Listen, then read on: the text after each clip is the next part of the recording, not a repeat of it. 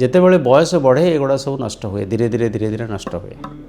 ତ ସେଇ ଯେଉଁ ନଷ୍ଟ ହୋଇକି ଯାଉଛି ବୟସ ପାଇଁ ବା କୌଣସି ଆଘାତ ପାଇଁ, ଟ୍ରମାଟିକ୍ ହେଉ ବା କୌଣସି ରୋଗ ପାଇଁ, ankylosing spondylitis, gouty arthritis, rheumatoid arthritis বা ଜଣଙ୍କର ଡାଇବେଟିସ୍ ଥିବ, ଥାଇରଏଡ଼୍ ଥିବ, ତ ସେମାନଙ୍କର ଧୀରେ ଧୀରେ ପ୍ରୋନ୍ ଦେୟାର ମାନେ ଏଜ୍ ସହିତ ଡାଇବେଟିସ୍ ଗୋଟେ ପ୍ରୋନ୍ ହେଇଗଲା, ତ ସେଥିପାଇଁ ଜଲ୍ଦି ନଷ୍ଟ ହେଇଯାଏ। ତ ତାକୁ ଆମେ କେମିତି ପ୍ରିଭେଣ୍ଟ କରିବା?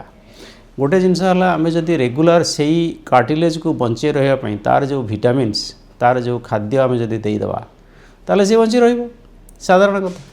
ତ ତାର ଖାଦ୍ୟ କ'ଣ? ହାଡ଼ର ଖାଦ୍ୟ ହେଲା ଯେ ଭିଟାମିନ୍ ଡି ଆଉ କ୍ୟାଲସିୟମ୍। ଆମେ ସମସ୍ତେ ଜାଣିଛୁ କ୍ୟାଲସିୟମ୍ ମିଳୁଛି କ୍ଷୀରରୁ, ଭିଟାମିନ୍ ଡି ମିଳୁଛି ସୂର୍ଯ୍ୟ କିରଣରୁ।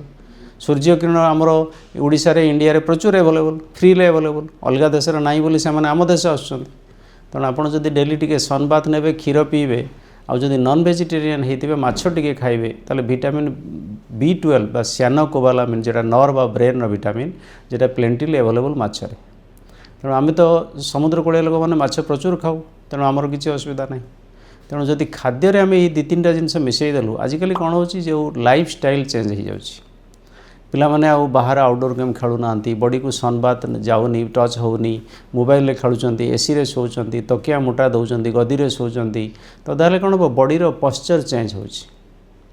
ତକିଆ ଦେଇଦେଲେ, ମୁଣ୍ଡ ହାଇ ହିଲ୍ ପିନ୍ଧିଲେ, ଏସିରେ ଶୋଇଲେ, ମୋବାଇଲରେ ଖେଳିଲେ, ମୁହଁଟା ତଳକୁ କରିକି ରହିଲେ, ମୁଣ୍ଡ ସିଧା ହେଉନି ମୋବାଇଲରେ ଦେଖିଲା ବେଳକୁ, ତ ଏଇସବୁ ଜିନିଷ ହେବା ଦ୍ୱାରା ଆଣ୍ଠୁ ଉପରେ ବହୁତ ପ୍ରେସର୍ ଆସୁଛି।